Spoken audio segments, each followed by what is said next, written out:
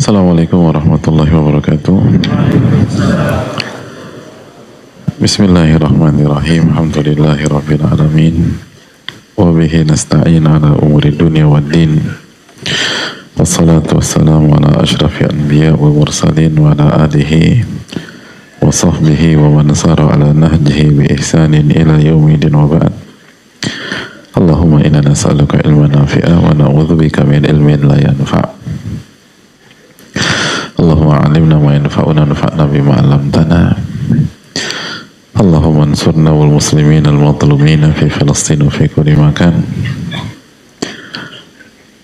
Allahumma aslih lana umurana kullaha wa aslih wulata umurina wa hfadhna wa baladana min kulli su' innaka waliyyu dzalika wal qadiru alaih.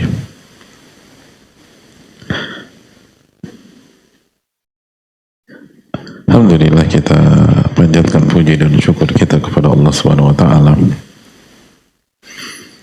atas segala nikmat dan karunia Allah berikan kepada kita.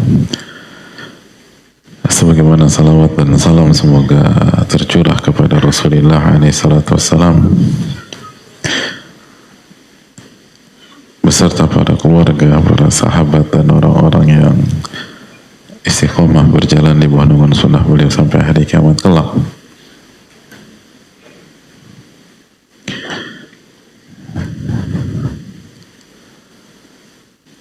Semoga Allah memberikan kita ilmu yang bermanfaat dan melindungi kita dari ilmu yang tidak bermanfaat. Dan semoga Allah Subhanahu wa taala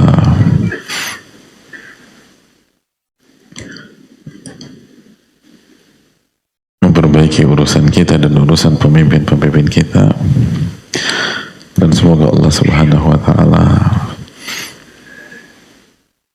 menolong kita dan saudara-saudara kita khususnya yang terzalimi di Palestina dan berbagai macam tempat, dan menjaga kita dan masa kita dari segala keburukan. Amin ya rabbal alamin. Hadirin Allah muliakan, kembali bersama Tadhkiratus Sami, salah satu buku yang direkomendasikan para ulama kita, dikaji dari waktu ke waktu, dan fungsi buku ini untuk membangun pondasi yang kuat, membangun pondasi yang baik untuk orang yang ingin menyelami samudera ilmu,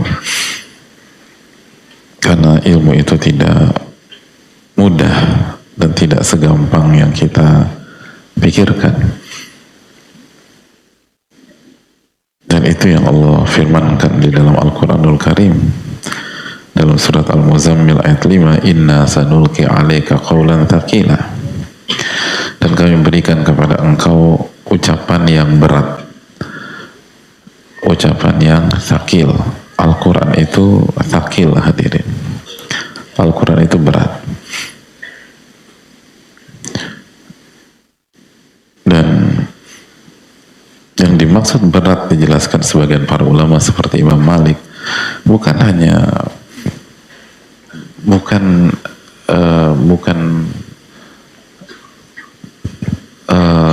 pemahaman atau hafalan semata, karena kalau pemahaman ada banyak pembahasan itu mudah. Misalnya hukum salat subuh simple, wajib, dan gak perlu ribet-ribet. Kan kita gak pernah dengar ada orang gak tidur 3 hari 3 malam karena memikirin hukum salat subuh atau hukum salat zuhur atau hukum puasa Ramadan Karena memahami hal itu tuh mudah. Tapi ilmu dalam konteks yang utuh dan ilmu yang bermanfaat itu susah. Termasuk sholat subuh. Menjaga keistimewaan sholat subuh bisa berjamaah bagi laki-laki khususnya, atau di awal waktu bagi kita semua. Lalu itu aja susah. Susah gak sih hadirin? Susah.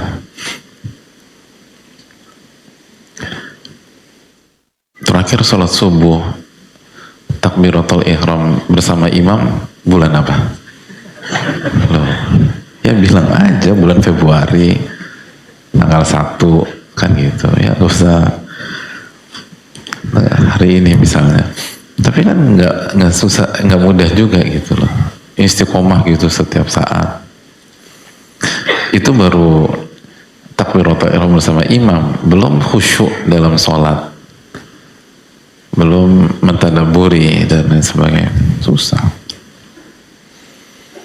Nah, untuk berhasil menyelami samudra ilmu itu butuh pondasi.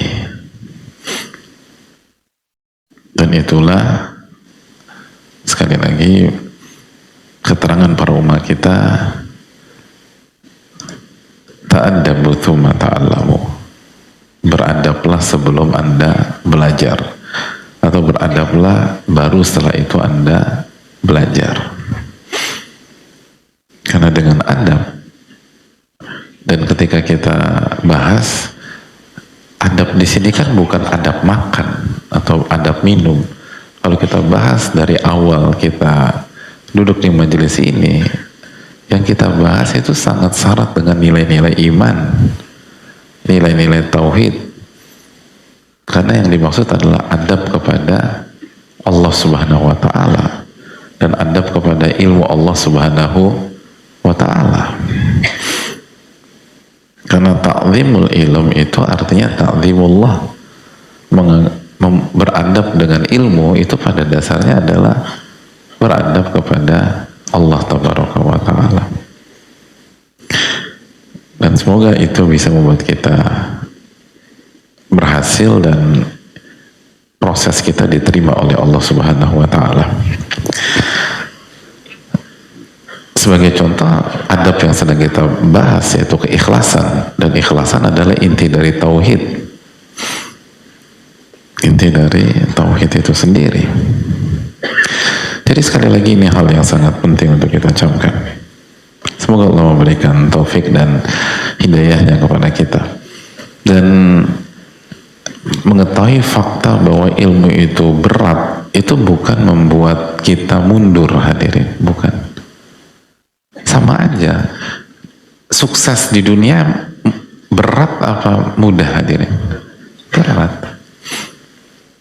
Sukses di dunia itu berat.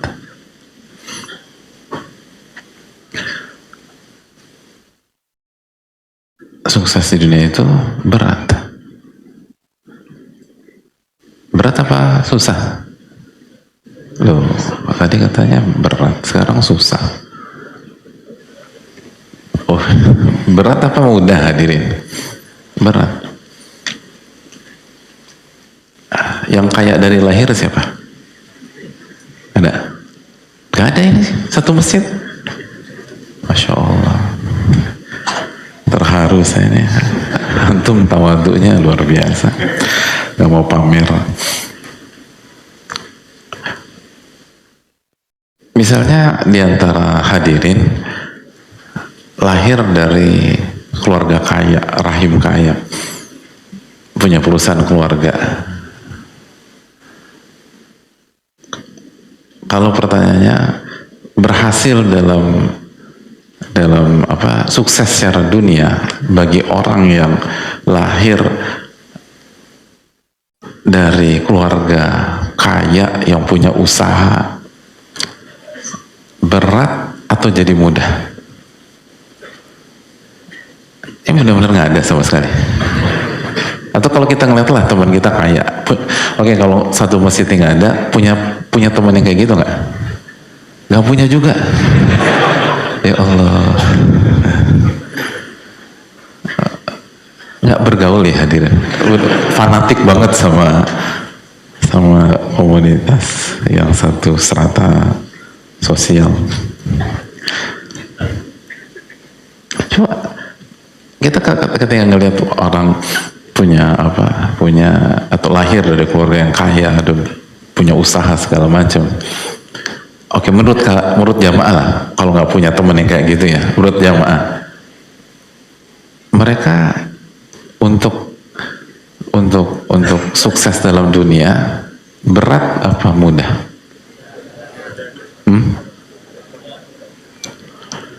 Berat apa mudah? Ya Allah, nggak serius ini menurut hadirin berat atau mudah? Lahir tabungannya udah 30 miliar gitu. Ya, kira-kira untuk dunia ya, kita nggak bicara untuk akhirat, untuk dunia, untuk sukses dunia, mudah atau berat?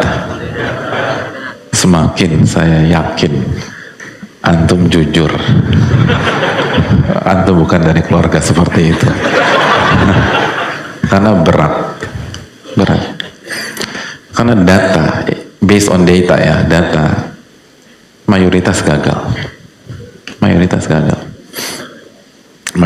generasi kedua gagal, mayoritas generasi kedua nggak berhasil untuk mempertahankan kesuksesan generasi pertama based on data, dan itu jadi disertasi S3. Susah, jadi susah ya, karena kita ngelihatnya gampang, sama kayak hadirin ngelihat pemain bola Messi tuh ngojak-ngojak, kan anaknya gampang banget. Coba deh kalau nggak sakit pinggang, susah itu liuk-liuk kayak dia itu loh. Kita kan nggak ngejalanin. Lo beruntung bro, lahir jadi anak orang kaya segala macam. Oh, data mengatakan mayoritas gagal hadirin. Susah. Nah, paling simpel aja lah. Kalau fakta bahwa sukses duniawi itu susah tidak menghentikan orang untuk berjuang meraih kesuksesan, maka mungkinkah kita berhenti berjuang mendapatkan ilmu yang bermanfaat? Walaupun Allah katakan inna sanulki alaika qawlan tsaqila, kami akan berikan perkataan yang berat bagi kalian. Yang harus dilakukan bukan menyerah, yang harus dilakukan adalah penuhi hal-hal atau syarat-syarat untuk berhasil di dunia ilmu. Yang harus dilakukan bukan menyerah, yang harus dilakukan adalah punya pondasi yang kuat sehingga bisa berhasil di dunia ilmu. Yang dilakukan bukan menyerah, tapi yang harus dilakukan adalah milikilah adab dan karakter yang membuat kita akan berhasil di dunia ilmu. Seperti itu hadirin. Dan inilah yang kita sedang perjuangkan dengan segala keterbatasan kita, dan semoga Allah memberikan taufik kepada kita. Allahumma amin ya rabbal alamin. Hadirin, kita akan melanjutkan tentang masalah keikhlasan, dan hari ini saya ingin menyampaikan apa yang menjadi nasihat dari seorang nama besar,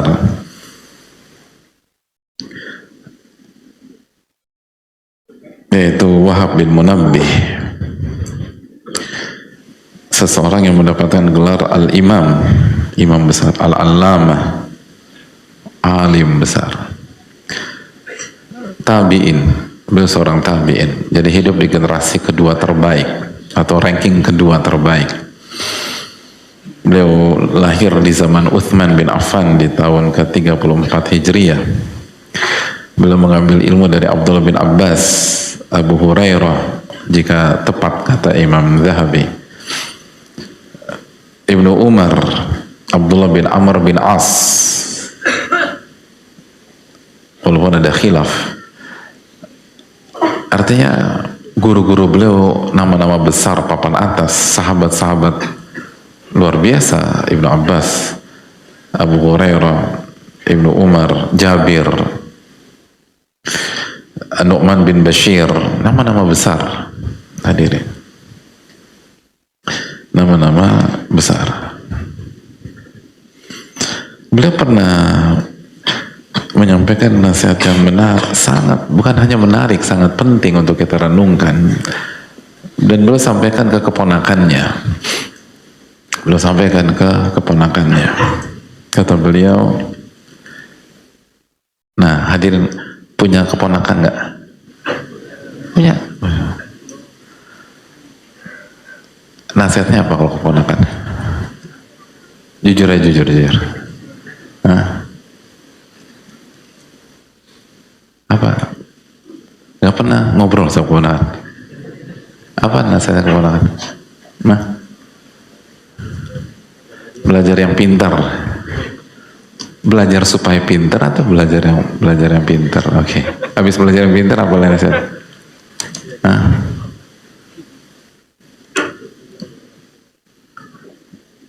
Semuanya sepakat belajar yang pintar, ya nggak apa-apa. Oke, kita simak apa yang dikatakan oleh Wahab bin Munabbih. Kata beliau, ya bunai,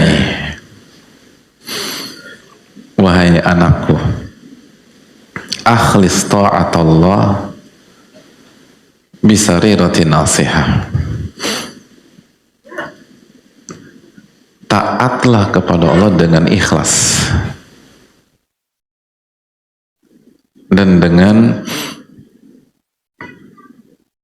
amalan-amalan rahasia yang tulus, yang murni, yang ikhlas.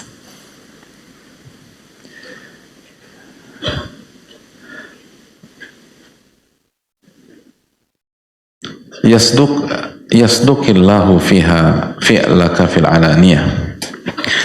Kalau kamu ikhlas ketika mengerjakan ketaatan kepada Allah, khususnya dengan amalan-amalan rahasia, nanti Allah akan berikan taufik dalam perbuatan-perbuatanmu yang terlihat dan terang-terangan,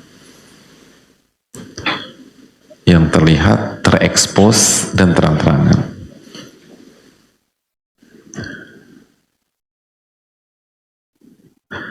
Jadi kalau kamu ikhlas sama Allah, khususnya kamu punya amalan-amalan rahasia, karena kan Nabi SAW mengatakan, jika Anda bisa memiliki amalan rahasia, maka lakukanlah. Dan amalan rahasia banyak. Bisa zikir, gitu loh. Hadirin pulang kantor, naik motor, nggak ada yang tahu. Sambil pulang, selesai Al-Baqarah, gitu loh.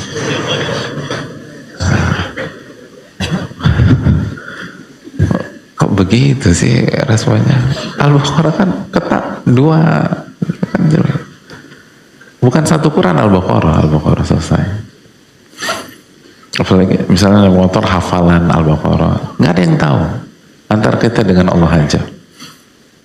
Itu salah satu. Jadi ini bukan tentang sebatas sedekah. Bisa sedekah, bisa memberi, bisa zikir, bisa baca Quran, apapun lah itu. Puasa bisa. Nah, jadi ikhlaskanlah ketaatan kita kepada Allah dengan amalan-amalan rahasia yang jujur, yang ikhlas, yang terus. Nanti Allah akan perbaiki amalan kita secara terang-terangan, karena kita nggak akan bisa menghindari diri dari amalan yang terlihat, karena syiar harus terlihat. Sholat berjamaah bagi laki-laki, sholat Jumat bagi laki-laki, dan lain sebagainya, itu kan terlihat. Berarti Allah akan perbaiki itu, gitu loh. Atau berinteraksi dengan istri, anak-anak, keluarga besar, kan terlihat. Dan nggak mudah loh ikhlas ketika berinteraksi dengan keluarga besar. Syaitan kan bermain agar kita cari panggung di keluarga besar, agar kita yang paling dikenal, paling membanggakan keluarga besar, paling jadi rujukan. Makanya kalau tiba-tiba ada pesaing, kita merasa tersisih. Ya gitu. Atau sama saudara, makanya ada konflik of siblings, ada ribut di antara saudara kandung kan. Ya jangankan kita, anak-anak Nabi Yakub aja punya drama itu, gak mudah. Artinya kita pasti akan berhadapan dengan amalan-amalan yang terlihat, amalan-amalan atau perbuatan-perbuatan yang orang akan ngelihat bagaimana sikap Anda, bagaimana lisan Anda, dan bagaimana amalan Anda, dan bagaimana menyelesaikan. Dan sekali lagi, seringkali amalan-amalan tersebut, baik secara amalan vertikal, seperti tadi sholat Jumat, lalu sholat sholat berjamaah, atau jadi imam misalnya gitu loh. Imam rawatibnya dulu sakit, ini momentum kita jadi imam setelah belajar tahsin selama 17 tahun misalnya. Ini kesempatan, itu kan ujian tersendiri, itu amalan alani ya, itu jelas ibadah. Jadi Anda harus jujur deh, ikhlaslah di amalan-amalan yang rahasia, nanti Allah akan perbaiki gitu. Anda kan diperbaiki secara amalan-amalan alaniyah. Dan gak mudah, sangat gak mudah berbicara amalan-amalan alaniyah, haji, umroh alaniyah gitu. Ketika hadirin tawaf, coba saya mau tanya, jam berapa dimana hadirin tawaf gak ada yang lihat? Coba hari gini nih, gak bisa gak? Gak bisa itu loh.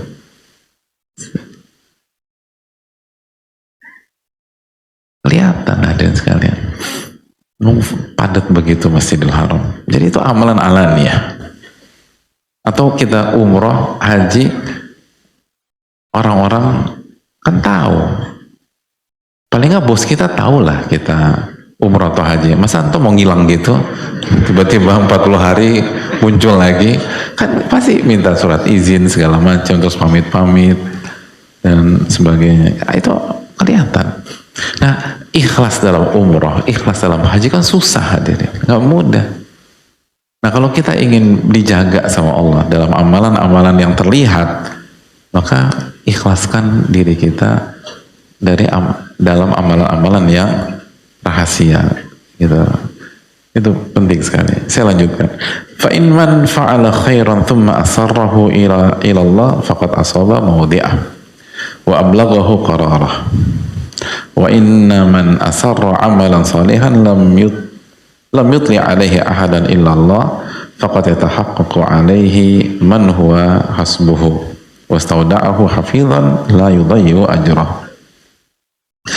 Karena barang siapa yang menyembunyikan atau barang siapa yang mengerjakan kebaikan lalu dia sembunyikan untuk Allah Subhanahu wa taala, dia ikhlaskan untuk Allah Subhanahu wa taala, maka dia telah bersikap dengan tepat dalam konteks itu. Dan dia mendapatkan artinya dia meraih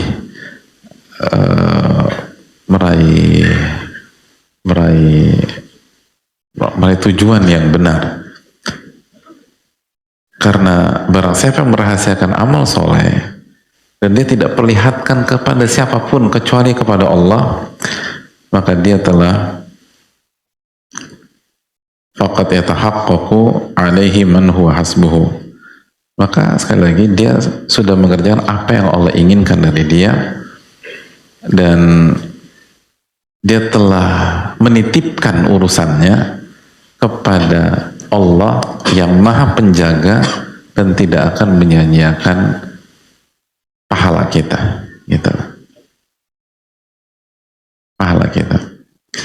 Terus jadi gini, maksudnya kalau gini, ketika kita ikhlas, apalagi kalau kita punya amalan rahasia, maka itu sejatinya kita menitipkan kepada Al-Hafidh Asy-Syakur yang maha menjaga. Jadi itu amalan gak akan sia-sia, gak akan sia-sia. Dan amalan-amalan itu pasti diberi ganjaran oleh Allah Subhanahu wa taala, pasti. Nggak usah khawatirkan. Bahkan menarik ucapan beliau berikutnya. Fala takhafanna ala amalin salih asrartahu ilallahi dhaya'a. Jangan pernah takut. Jangan pernah khawatir amalan yang Anda sembunyikan itu sia-sia. Tidak terhitung oleh Allah, tidak mendapatkan ganjaran Allah, terlewat. Jangan pernah khawatir. Jangan pernah khawatir amalan yang ikhlas itu, amalan yang nggak diketahui oleh banyak pihak, amalan yang nggak dipuji oleh manusia, yang nggak disanjung oleh manusia itu terlewat dan sia-sia. Jangan pernah khawatirkan itu. Ini penting gitu loh. Ini sangat penting. Jangan berpikir bahwa kalau manusia mengapresiasi berarti amalan itu diganjar. Tapi kalau manusia nggak muji, nggak mengapresiasi, berarti amalan itu terlewat dan terabaikan. Jangan pernah khawatir itu. Jangan pernah khawatirkan hal tersebut. Karena faktanya itu tidak demikian. Faktanya itu tidak demikian. Jangan pernah khawatirkan hal tersebut. Makanya kan Allah Subhanahu wa taala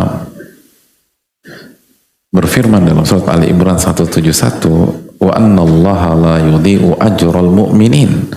Sesungguhnya Allah tidak akan menyia-nyiakan ganjaran orang-orang beriman.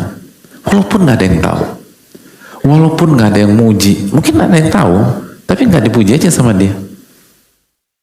Jadi teman kita tahu, tapi nggak dipuji, atau walaupun nggak diapresiasi, walaupun air susu dibalas dengan tuba misalnya. Kita berbuat baik sama orang, ini orang nggak berterima kasih, nggak membalas, nggak ngerti hal jazaul ihsan ilal ihsan, nggak ngamalin hadits man sona ilaikum ma'rufan fakafi'u, barang siapa yang berbuat baik kepada Anda maka balaslah. Orang ini nggak lakukan itu semua. Nggak usah khawatir, Allah akan memberikan dan Allah nggak akan sia-siakan. Allah tidak akan sia-siakan. Allah juga berfirman dalam surat At-Taubah 120, "Innallaha la yudhi'u ajral muhsinin." Sesungguhnya Allah tidak akan menyia-nyiakan ganjaran dari orang-orang yang berbuat ihsan. Berbuat ihsan. Dan kita tahu ihsan adalah tingkatan kebaikan tertinggi. Ketika seseorang itu beribadah kepada Allah seakan-akan dia melihat Allah, atau kalau dia belum bisa sampai titik itu, dia beribadah kepada Allah dalam kondisi yakin Allah melihat dia. Itu poin.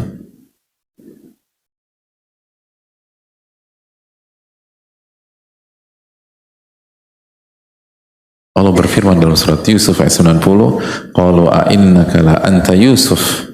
Mereka berkata, "Apakah kamu Yusuf?" "Wala ana Yusuf wa hadha akhi." Ya, aku Yusuf dan ini Benyamin. "Qad manallahu alaina." Allah telah memberikan nikmat kepada kami. "Innahu man yattaqi wa yasbir fa innallaha la yudhi'u ajral muhsinin." Lalu beliau sampaikan, sesungguhnya orang yang bertakwa dan sabar, maka Allah tidak akan menyanyiakan ganjaran orang-orang yang berbuat ihsan. Nabi Yusuf ya. Tapi butuh sabar hadirin. Allah nggak akan sia-siakan. Gitu. Walaupun kebaikan Nabi Yusuf nggak diapresiasi sama kakak-kakaknya, bukan 1-2 tahun kan, bukan 5-10 tahun, bukan 15-20 tahun. Walaupun kebaikan Nabi Yusuf kecil itu justru direspon dengan hasad dan dengki oleh kakak-kakaknya, dan anti klimaksnya mau dibunuh. Padahal Nabi Yusuf baik banget sama kakak-kakaknya, mau dibunuh. Bikin gak sih hadirin baik sama orang, responnya mau dibunuh gitu loh. Pernah ketemu orang kayak begitu? Jadi kan, oke, yang paling membuat kita baper kalau ketemu orang kayak apa? ketika kita baik sama orang?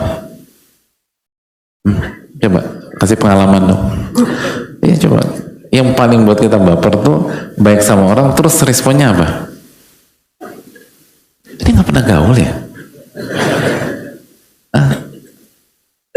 Kita baik sama orang terus apa? Apa? Dijudge. Kenapa? Ya mungkin dia hakim nggak, bukan? He's judge gitu loh. Dia hakim memang gitu. He's a judge. Jadi dia dituduh apa? Emang di framing apa? Ya.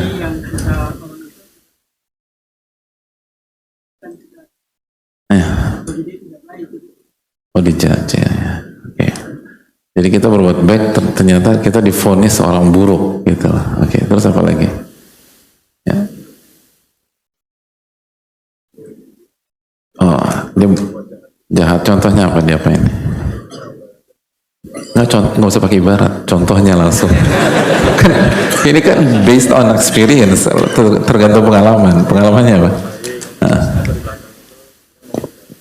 Membicarakan kita, meninggalkan. Udah baik, pas udah sukses, telepon nggak dijawab. Ketemu di kondangan, pura-pura nggak kenal. Terus dia ngomongin kita di belakang. Nah, rasanya tuh gimana rasanya? Apa? Nyesek. Ya itu kita. Nyesek. Kenapa kita nyesek? Karena kita berharap mendapatkan reward atau respon positif dari manusia. Kenapa Nabi Yusuf nggak nyesek? Kenapa? Karena itu tadi, ini ayatnya. Qad mannallahu alaina. Jadi bukannya nyesek. Nabi Yusuf nggak mengatakan, iya saya Yusuf. Gitu. Makanya bang, tawadu bang, jangan hasad bang, terima takdir bang. Kalau aku lebih baik daripada kalian ya terima gitu loh. Jadi sekalian ninggiin gitu. Karena enggak. Beliau mengatakan qad mannallahu alaina. Allah telah memberikan nikmat kepada kami. Innahu man yattaqi wa yasbir. Dan sesungguhnya setiap orang yang bertakwa dan sabar, fa innallaha la yudhi'u ajral muhsinin. Allah nggak akan menyanyiakan ganjaran orang-orang yang berbuat ihsan dan berbuat ikhlas. Itu berbuat ihsan dan ikhlas. Jadi hadirin Allah muliakan,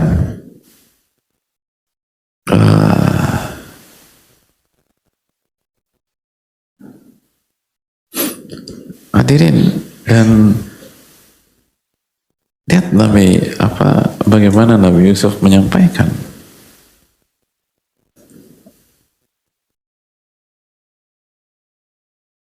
Bertahun-tahun lah hadirin sekalian. Dia itu orang ikhlas. Nggak ada sakit hati, nggak ada baper dan seterusnya. Kecuali kalau kita diamkan orang atau kita jaga jarak atau apa karena ada masalah syar'i atau masalah dakwah dan lain sebagainya. Tapi bukan personal gitu loh. Adapun orang ikhlas dia nggak akan ini, karena walaupun orang-orang itu nggak mengapresiasi hadirin, itu bukan isu, karena hadirin tidak pernah berharap dari mereka. Tapi hadirin berharap dari Allah Subhanahu wa taala. Dan kalau berharap sama Allah, Allah tidak akan menyanyiakan ganjaran orang-orang yang ihsan. Itu poin. Jadi kita lanjutkan. Fala takhafanna 'ala 'amalin shalih asartahu ila Allah dhiya'a. Kamu tuh jangan pernah khawatir bahwa amalan soleh yang kamu ikhlaskan kepada Allah, bahkan kamu rahasiakan itu terbuang sia-sia, terabaikan, nggak dihitung, nggak diapresiasi, terlewat, karena rahasia jadi terlewat. Enggak. Wala takhafanna wala takhafanna man zalamahu wala hadamahu wala tadhunanna annal alaniyata hiya anjah minas sarirah.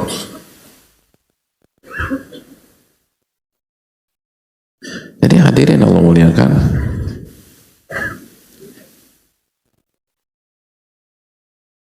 sekali lagi jangan khawatir ala amalin salih asratahu ilallahi diya'a wa la takhafanna aw min dhulmihi wa la hadmihi wa la tadhunanna annal alaniya hiya anjahu minas sarirah. Jadi Anda tuh jangan pernah takut dari kezalimannya dan sebenarnya nggak ada, Allah nggak akan biarkan itu. Allah akan menjaga dan Allah akan terus mengapresiasi kok. Itu hal yang penting untuk kita camkan bersama-sama, bahwa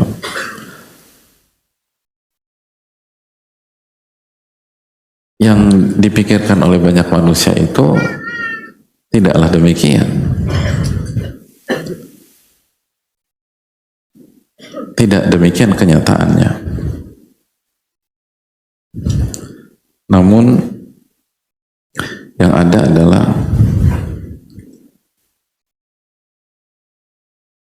semua akan diganjar oleh Allah Subhanahu wa Ta'ala dan tidak ada yang dizolimi. Tidak ada yang dizolimi. Dan jangan berpikir, nah ini penting nih, jangan berpikir annal alaniyata hiya anjah minas sarirah. Jangan pernah berpikir bahwa yang terang-terangan, yang diketahui oleh publik itu lebih berhasil, lebih sukses daripada yang dirahasiakan. Jadi jangan berpikir amalan seseorang yang diketahui atau memang sengaja diperlihatkan itu berarti 100% lebih berhasil, lebih baik daripada amalan yang disembunyikan untuk menjaga keikhlasan. Jangan pernah berpikir demikian. Jangan pernah berpikir amalan yang diapresiasi manusia itu berarti lebih sukses daripada amalan yang tidak diapresiasi oleh manusia. Konteksnya ikhlas ya ini ya. Konteksnya ikhlas.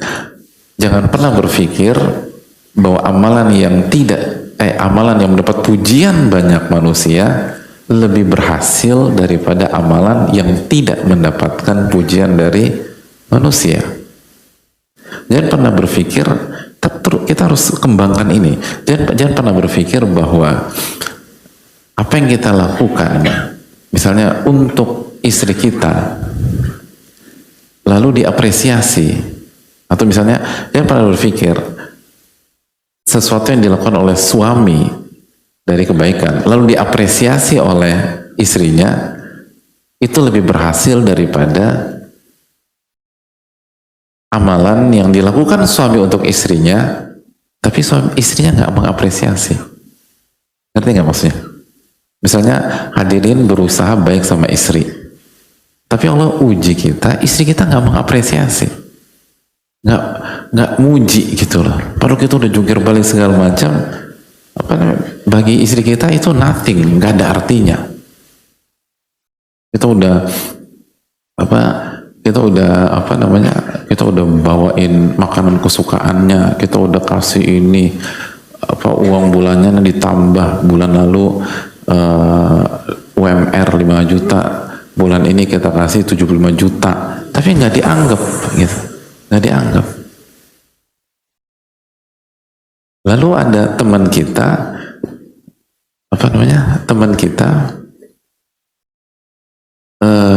rada-rada pelit, tapi Allah takdirkan punya istri tuh yang Masya Allah. Jadi dia cuma bawain gorengan buat istrinya, itu istrinya terharu biru, ya Allah, you are my hero, kamu tuh pahlawan saya. Dipuji-puji segala macam. Jadi diapresiasi sama istrinya, padahal dia pelit banget sama misalnya. Atau misalnya apalah, pokoknya dipuji sama istri dan seterusnya, dikasih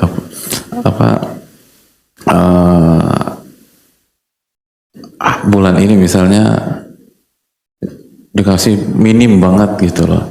Lalu istrinya bilang makasih banyak ya Beb, kamu kamu tuh nggak harus kasih apa-apa kepada aku kamu pilih aja sebuah kebanggaan di kehidupan yang fana ini dan seterusnya. Iya, dia dapat istri kayak demikian. Jadi sedangkan kita tadi kasih 75 juta aja diprotes, di demo dan segala macam sama istri kita. Bukan berarti amalan yang tidak diapresiasi itu kalah daripada amalan yang diapresiasi oleh manusia. Itu poin. Sama kayak istri gitu loh. Ada banyak istri udah siapin makan malam terus, dan itu juga pakai konfirmasi dari suami, kamu makan di rumah nggak? Makan. Oke. Aku masakin makan kesukaan kamu ya. Iya, dimasakin begitu sampai udah jam 12:30 malam. Terus bukan hanya makanannya yang dingin terus lemak-lemaknya keluar, kita pun juga nasibnya nggak lebih baik daripada tuh makanan.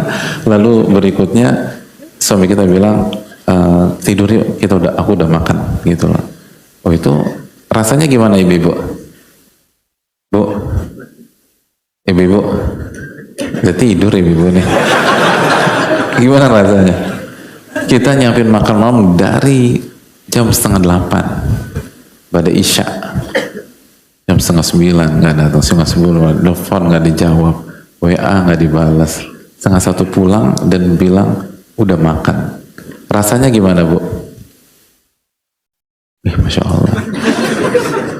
Kalau nggak udah tidur jomblo, jadi nggak tahu rasanya. Ya mungkin itu jomblo kali ya, banyak yang jomblo. Jadi hadirin Allah muliakan, itu menyakitkan.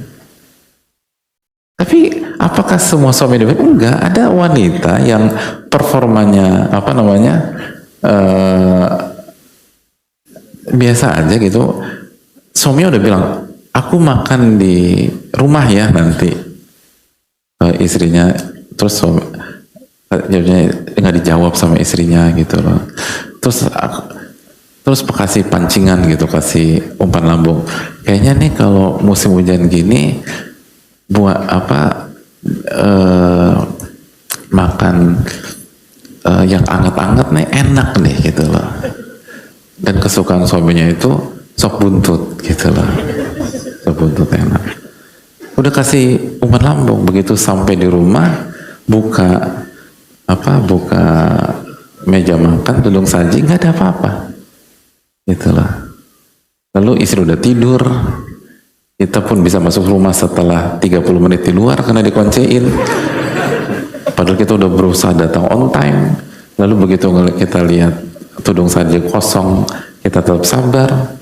Terus akhirnya istri kita dengan muka cemberut ke dapur dan akhirnya buat mie instan rebus gitu. Kan kamu yang bilang suasana hujan ini enaknya yang panas ya udah mie instan rebus. Terus suaminya masih bilang, makasih banyak ya Beb, makasih banyak kamu udah berkhidmat sama aku tuh nggak tahu mau bilang apa ke kamu. Jadi bersyukur gitu loh. Ada orang kayak gitu. Nah, bukan berarti yang mendapatkan apresiasi dari suaminya itu lebih sukses daripada yang nggak mendapatkan apresiasi dari suaminya. Itu poin, itu kehidupan. Nah, kita nggak semuanya, sebagian, kecuali yang dirahmati Allah, sebagian kita itu menjadikan patokan kesuksesan itu. Kenapa? Karena orientasinya manusia, bukan keikhlasan. Itu yang jadi masalah. Makanya kata Wahab bin Munabbih, wala tadhunanna anal alaniyata hiya anjah minas sarira. Jangan pernah berpikir bahwa amalan yang terang-terangan, amalan yang terlihat, amalan yang diapresiasi, amalan yang dipuji dan seterusnya itu lebih sukses daripada amalan rahasia atau amalan yang tidak diapresiasi, amalan yang tidak dipuji, bahkan amalan yang tadi air susu dibalas dengan air tuba. Ya. Kok cuman sekali? Nggak mungkin dari orang tua kan, kita nggak tahu. Baik. Telepon tadi, bukan? Ya udah nggak apa-apa. Diapain langsung tuh handphonenya? Oke. Tapi kita lanjutkan. Nah ini menarik. Fa inna mathalal alaniyati ma'al sarirah kamathali waraqi syajarati ma'arakiha atau ma'irqiha. Al-alaniyatu waraquha. Jadi perumpamaan amalan yang terlihat dengan amalan yang tidak terlihat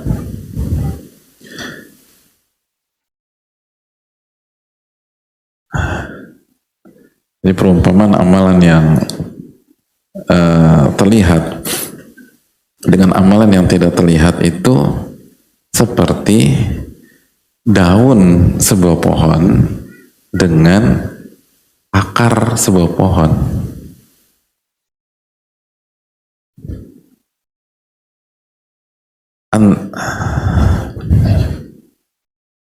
Jadi daun setiap pohon dan akar setiap pohon.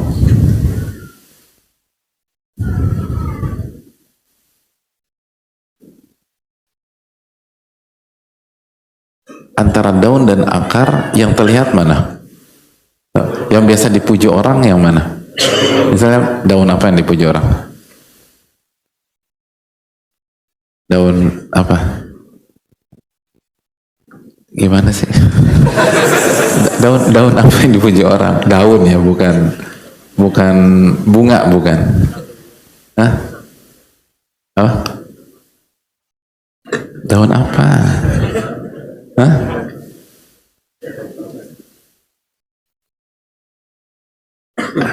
Daun seledri. Itu dipuji karena enak dimakan. Aduh. Daun apa? Daun pepaya, daun singkong. Ya semuanya bilang gitu. Yang biasa dipuji itu daun singkong. Buat mama tuh kalau buat daun singkong enak banget. Bukan dipuji enak, dipuji indah gitu loh. Daun apa? Hah? Ya udah itulah pokoknya.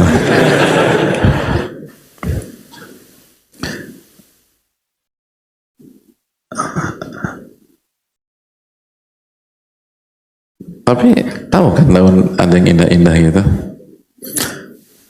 Apa? Tenda bulong. Apa sih tenda bulong?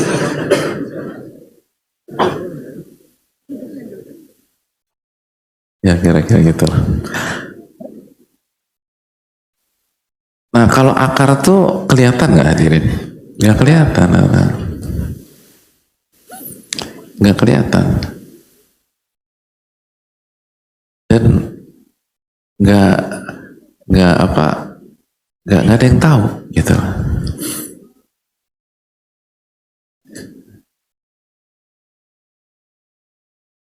Jadi itu menunjukkan bahwa yang nggak kelihatan, yang nggak ada yang tahu itu bukan berarti lebih rendah daripada yang terlihat dan yang dipuji.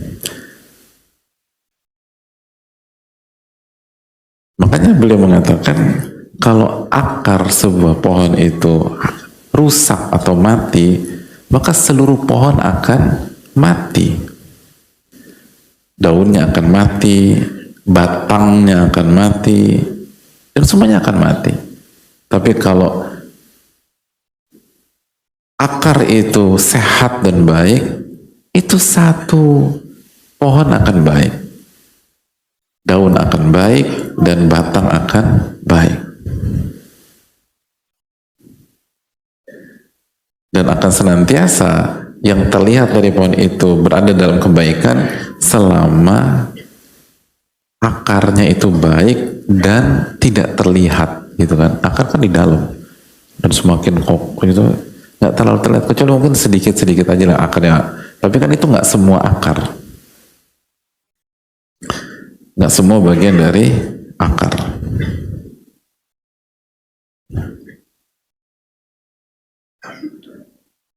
Dan kalau misalnya daun rusak, yang lain bisa seringkali nggak ikutan rusak, cuma daunnya aja gugur atau daunnya dicabut gitu sama anak-anak kecil. Tapi kan yang lain nggak rusak. Tapi kalau akar dihancurkan, semua selesai. Nah, Begitulah perbedaan amalan yang ikhlas, apalagi dirahasiakan, kecuali syiar, dengan amalan yang diperlihatkan. Makanya kata beliau, kadzalika din, begitu juga dengan agama, begitu juga dengan amal, begitu juga dengan seseorang yang beribadah kepada Allah. La yazalu salihan maka nalau sarirah salihah. Dia akan senantiasa menjadi orang soleh selama dia punya amalan yang ikhlas, apalagi dirahasiakan. Sehingga Allah Subhanahu wa taala mewujudkan apa yang terlihat.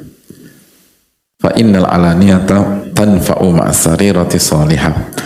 Karena hal-hal yang terlihat, yang terpublik atau terlihat oleh publik dan seterusnya akan bermanfaat, akan baik jika akarnya tuh bagus, amalan rahasianya bagus, keikhlasannya baik, amalan hatinya itu ikhlas.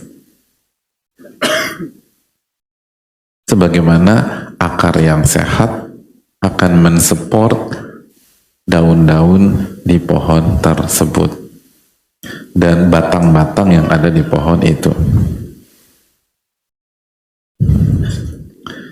Itu hadirin. Jadi intinya tuh keikhlasan. Yang lain itu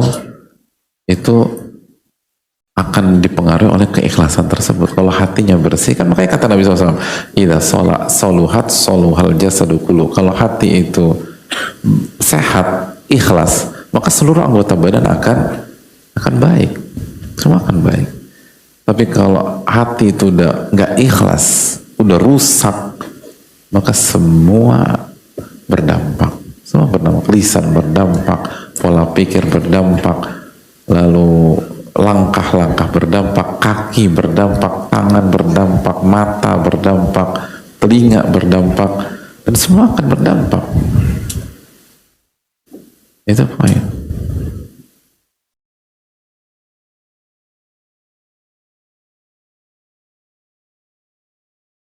Makanya penampilan zohir dan alaniyah, kata Wahab bin Munabbih, fa innal alaniyata ma'aha tuzayyinu dina wa tujammiluh. Penampilan tampak atau yang terlihat publik itu akan menghiasi dan akan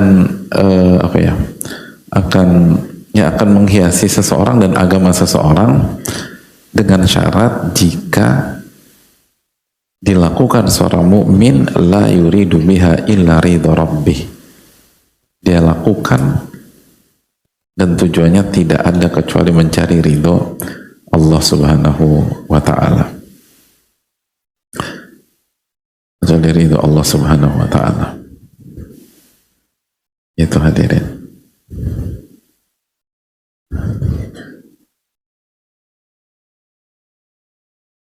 Itu.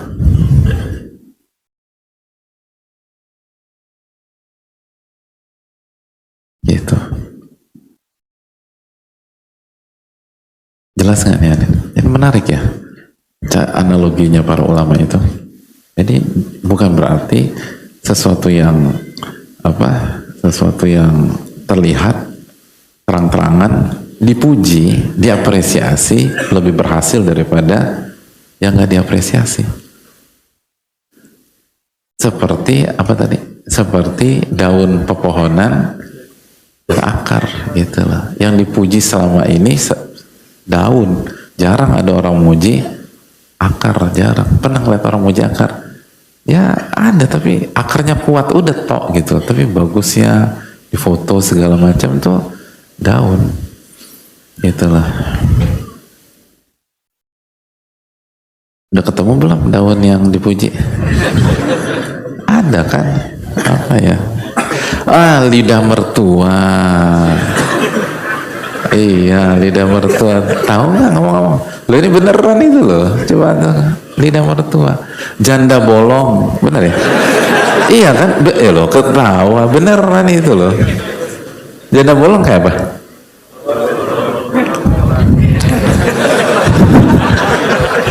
Pinter ya? Janda bolong apa? Ya bolong-bolong, yang bolong-bolong tuh bahasa. Ya iya kalau yang tertutup janda tutup-tutup ya kan ini ya ini beneran gitu loh. Janda ada nama bener tahu kan janda bolong? Iya ya. Ya nggak bukan kita kasih nama loh tenang. Kita cuman nugel aja nggak tahu kan apa janda bolong. Allah taala alam. Allah taala bisa. Apalagi sih? Telinga gajah ya. Oh gelombang cinta dulu tuh. Gelombang cinta. Gelombang cinta, telinga gajah. Wah unik-unik lah namanya tuh. Janda bolong, lidah mertua. Ya gitulah. Nah itu yang dipuji orang. Nah ini penting loh. Artinya bayangkan loh. Ini itu kalau kita renungkan. Ini obat dari banyak mental illness pada hari ini. Ada banyak orang terpukul. Kenapa? Karena dia merasa karyanya nggak diapresiasi. Ada banyak orang depresi atau stres karena merasa nggak dianggap di keluarga. Yang diangkat cuman kakak atau abang. Sebagian orang mengatakan misalnya prahara anak kedua gitu loh, yang ada di tengah-tengah. Yang dipuji cuma yang paling atas atau yang dimanjakan paling bawah. Dia tuh harus disuruh sabar lah, harus segala macam. Ini kalau dia nggak sadar tentang konsep ini, itu bahaya. Jadi jangan pernah berpikir bahwa pihak yang diapresiasi manusia itu pasti lebih berhasil daripada yang tidak diapresiasi. Enggak, karena parameternya kita bukan itu. Itulah yang disampaikan Wahab bin Munabbih ke keponakannya. Pertanyaannya, nasihat kita ke keponakan kita kayak gitu nggak? Jangankan keponakan, anak sendiri aja nggak pernah gitu saya Pak Ustadz, apalagi keponakan. Tapi inilah proses belajar lah. Jadi bayangkan gimana generasi mereka dulu nggak solid gitu loh. Dari kecil tuh ditanamkan beginian. Jadi bukan dimanjakan dengan materi, diajarkan konsep kehidupan, dijelaskan tentang keikhlasan, dijelaskan tentang itu tadi, tentang amalan yang diapresiasi dengan amalan yang tidak diapresiasi, dijelaskan tentang alaniyah dan sariroh, yang dilihat dan yang tidak dilihat, yang berpotensi dipuji dengan yang tidak berpotensi dipuji.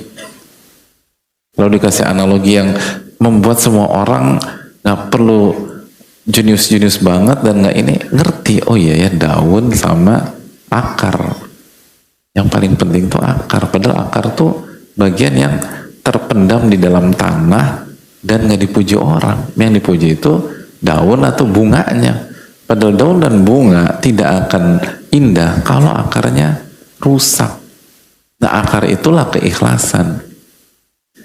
Akar itulah kalimat tauhid. Makanya kan asluha tsabit kata Allah dalam surat Ibrahim. Akarnya itu kokoh. Apa akar yang kokoh? La ilaha illallah. Dan la ilaha illallah adalah kalimat ikhlas. Kalimat tauhid itu kalimat keikhlasan. Ketika kita hidup itu inna solati wa nusuki wa mahyaya wa mamati lillahi rabbil alamin. Sesungguhnya salatku, ibadahku, sesembelihanku, hajiku, umrohku, hidupku dan matiku aku hanya persembahkan kepada Allah tabaraka wa ta'ala. Itu poin. Dan itu menghilangkan berbagai macam peluang gangguan mental yang dialami banyak pihak pada hari ini gitu loh. Itu salah satunya untuk menjaga gitu loh. Karena seringkali banyak kita tuh kenanya tuh dari itu. Nggak diapresiasi sama ayah, nggak diapresiasi sama ibu, nggak dipuji sama orang tua, atau selalu disalahkan. Kita nggak dipuji aja seringkali terpukul, apalagi udah nggak dipuji disalahkan. Sedangkan kita lihat sendiri kakak kita salah dibela gitu loh. Oh itu dalam hadirin. Kalau gua bener itu bisa jadi salah. Abang gua salah dipuji sama orang tua gitu loh. Ini kan kalau nggak punya ilmu ikhlas, jungkir balik hidup tuh hadirin, rusak, hancur-hancuran. Sampai ada diriwayatkan tuh ada orang mau sampai hampir meninggal hadirin, gara-gara dia belajar jungkir balik sampai lulus dengan predikat nilai terbaik atau di antara yang terbaik, itu hanya untuk membuat ayahnya bangga. Karena selama ini ayahnya itu nggak tertarik sama dia, yang dipuji yang lain, dia nggak. Sampai dia bertekad, saya akan buat ayah saya bangga untuk pertama kalinya dengan nilai yang tinggi dalam studi saya. Begitu dia jungkir balik dapat nilai yang tinggi. Habis itu dia telepon dapat nilai tinggi, dia telepon ayahnya. Begitu angkat dia mau cerita, ya saya mau dapat nilai yang tinggi, saya alhamdulillah dapat nilai tinggi. Sebelum dia ngomong gitu di-cut sama bapaknya gitu. Dia katakan, maaf ya nak, apalagi sibuk gitu, langsung dimatiin. Oh itu dalam, belajar 4 tahun misalnya S1 jungkir balik hanya agar biar ayah bangga. Begitu berhasil, achievement berhasil, nelfon ayah, mohon maaf nak, papa lagi sibuk, nanti telepon lagi. Akhirnya drop, lalu pergi ke tempat hiburan, minum, mabok, habis mabok kecelakaan, hampir meninggal tuh orang. Gara-gara apa? Ya gara-gara ini, karena nggak diapresiasi, hampir meninggal. Ya karena itulah ini penting. Makanya kan itu kan ujian manusia butuh suka dengan atau ingin dapat validitas, ingin diakui, ingin diapresiasi, ingin dipuji. Kalau itu kenapa nggak persembahkan kepada Rabbul Alamin?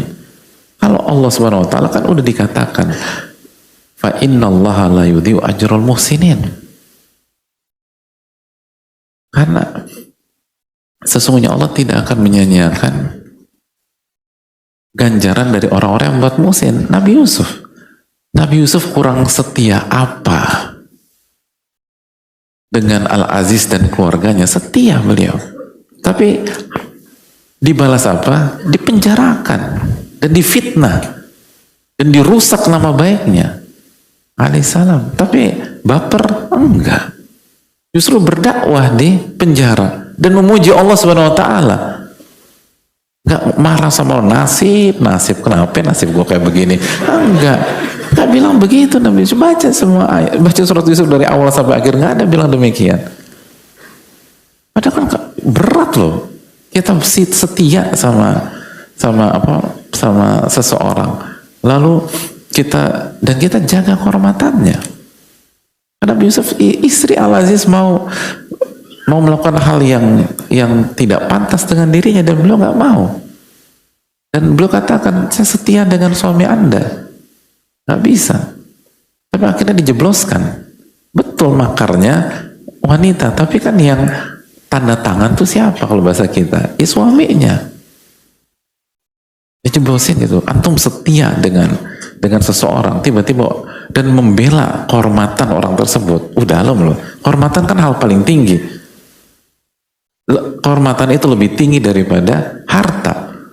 Kita aja belain teman dan kita selamatkan harta teman, tiba-tiba dia pemenjarakan kita. Oh itu berat. Dia minta maaf berkali-kali, bisa jadi kita nggak maafin tuh. 7 kali lebaran juga dia datang, berat tuh. Walaupun kita maafin, cemberut kita, iya gue maafin tapi biar Tuhan yang balas gitu nanti. Ya sama aja gitu, gue maafin tapi Allah yang balas. Tapi jujur saking gue itu duit, gimana kehormatan? Nabi Yusuf kan bela kehormatan Al-Aziz. Istrinya mau berkhianat dibela, bukannya bilang terima kasih, ngedukung istri. Bayangkan istrinya mau berkhianat, keinginannya diturutin untuk memenjarakan Nabi Yusuf alaihissalam. Itu berat. Dan endingnya Nabi Yusuf mengatakan, fa innallaha la yudhi'u ajrul muhsinin, dan Allah tidak akan menyanyiakan ganjaran orang-orang yang berbuat ihsan. Ada bertahun-tahun di penjara, bertahun-tahun, bukan 1, 2, 3, 4, 5 tahun, bertahun-tahun di penjara. Dan kesimpulannya, fa innallaha la yudhi'u ajrul muhsinin.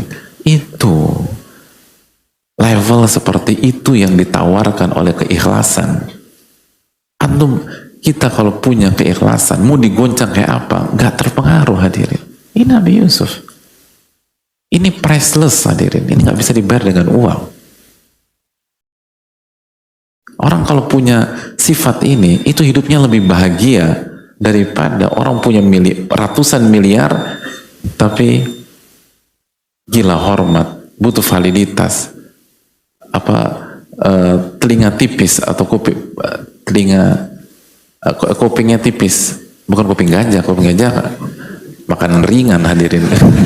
Kupingnya tipis artinya begitu diomongin panas, dia ngomongin kepikiran. Itu nggak enak hidup kayak demikian. Tapi kalau orang yang ikhlas mau diapain tetap fokus. Itu ditanamkan sama para ulama kita itu ke anak mereka, keponakan mereka, sehingga mereka solid ke depan gitu loh. Dan tetap respect sama manusia. Manusia nggak dijelek-jelekin, manusia dihormati, tapi mereka tidak dijadikan orientasi hidup, sehingga kita tersandera dengan lisan mereka dan sikap mereka. Kan nggak enak hidup, kebahagiaan kita tersandera oleh lisan manusia. Kalau manusia bicara positif kita senang, kalau manusia bicara negatif kita hancur. Itu yang perlu kita camkan. Kita akan lanjutkan ba'da salat. Wassalamualaikum warahmatullahi wabarakatuh. Assalamualaikum warahmatullahi wabarakatuh. Bismillahirrahmanirrahim. Alhamdulillahirabbil alamin. Wa bihi nasta'in ala umri dunya wa din, wassalatu wassalamu ala asyrafil anbiya wa mursalin wa ala alihi wa sahbihi ajma'in wa ba'd. Allahumma inna nas'aluka ilman nafi'an wa na'udzubika min ilmin la yanfa'. Hadirin yang Allah muliakan, sebelum kita buka sesi tanya jawab, kembali saya ingin mengingatkan kepada kita sebuah hadis yang penting untuk saat ini, yaitu hadis yang dikeluarkan Imam Nasai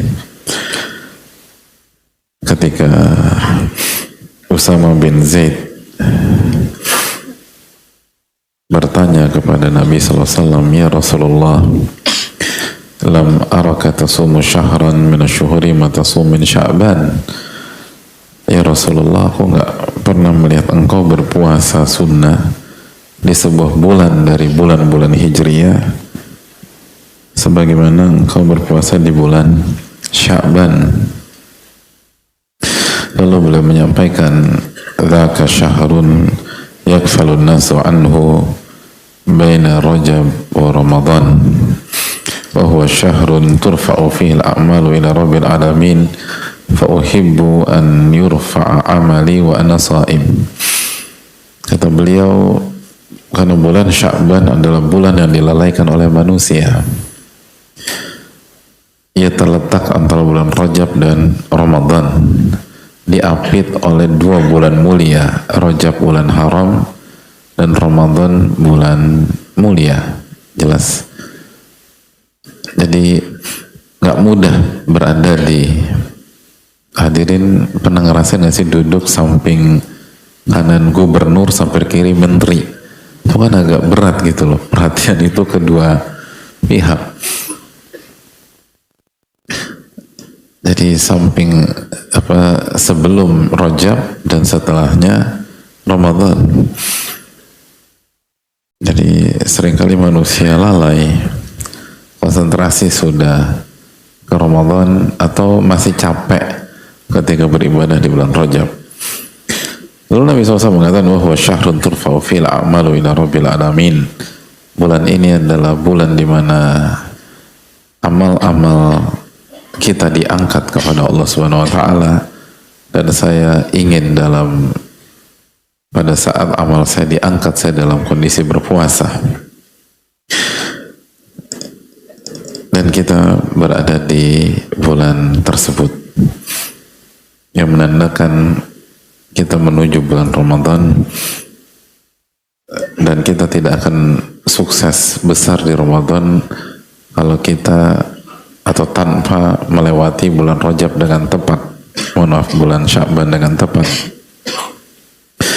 Dan yang saya ingin tekankan pada kesempatan kali ini bahwa apa yang dikatakan Ibnul Jauzi rahimahullah ta'ala, Ibnul Jauzi rahimah mengatakan bahwa annal awqati allati yaghfalun nasu anha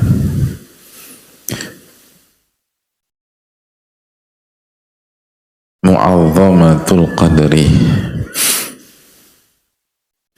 Ini sebuah rumus kehidupan.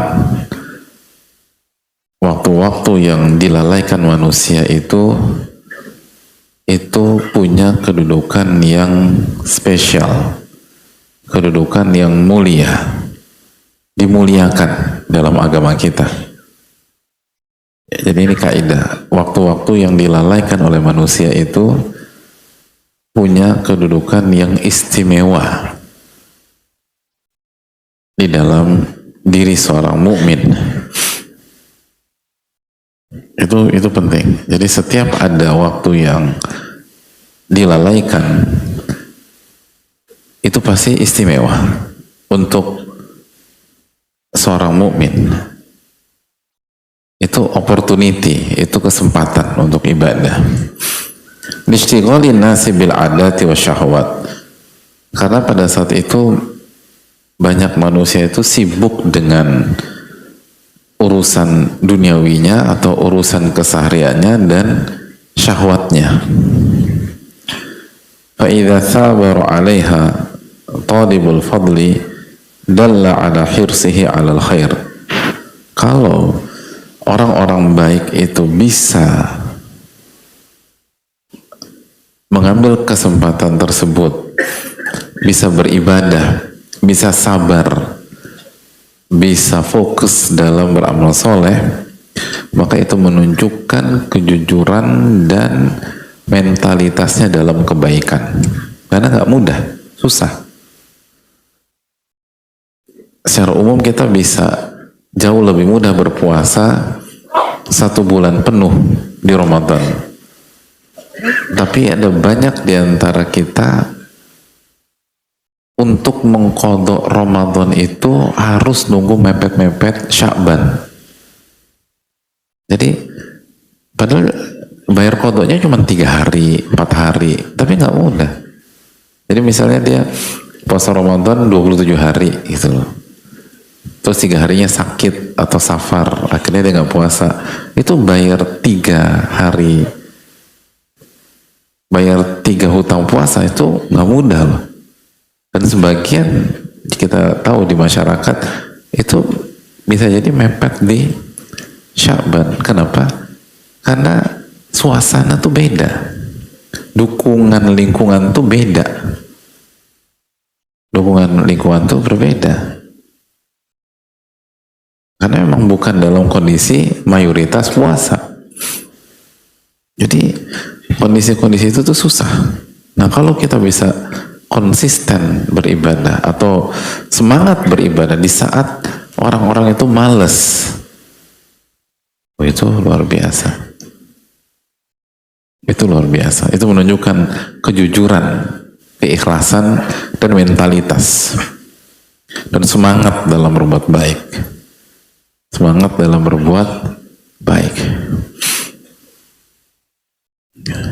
Ya, contoh banyak orang yang umroh, begitu umroh tuh selama di Masjid Nabawi dan Masjidil Haram jaga sholat 5 waktu dan seterusnya.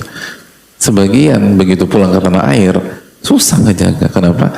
Karena satu, misalnya di kantornya nggak ada yang sholat, di kantornya sholat tapi nggak berjamaah, itu ngejaga itu susahnya minta ampun. Padahal udah digembleng misalnya di haji 40 hari di sana, pulang itu nggak mudah banget. Jadi karena manusia itu makhluk sosial, sangat terpengaruh dengan lingkungan. Makanya kan kata para ulama, al-mar'u ibnu bi'atihi. Seseorang itu anak dari lingkungannya. Seorang itu anak dari lingkungan. Kan demikian hadirin. Ya dulu waktu kita belajar kelompok dulu waktu sekolah, misalnya orang gitu atau 8 orang.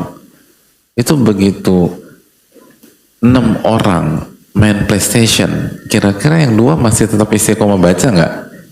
Hah? Coba jujur, udah bubar. Mungkin kita termasuk yang bertahan baca, udah dicengin, so alim loh, cari muka guru loh, segala macam. Akhirnya ya main juga sama itu. Berat gitu loh, lingkungan tuh berat. Atau sebaliknya, melakukan maksiat lebih mudah kalau yang lain tuh nemenin gitu loh. Pernah terlambat hari Senin nggak pas upacara? Karena begitu kita datang jam 7 lewat 1 menit, begitu radius 100 meter dari pintu gerbang, itu pintu gerbang masih kebuka. 50 meter mulai menutup, begitu sampai ketutup beneran, nggak bisa masuk. Kira-kira perasaan gimana? Dan kita hanya sendirian ketutup itu. Bersalah, aduh. Dan biasa dipajang di depan gitu, samping pembina upacara kan, aduh. Itu 7:01, 7:03 teman kita datang terlambat. Ucapan kita apa? Alhamdulillah. Ya itu astagfirullahaladzim, bukan astagfirullah, alhamdulillah gitu lah. Itu 7:02, 7:04 datang 2 lagi yang terlambat. Wa syukurillah, astagfirullah.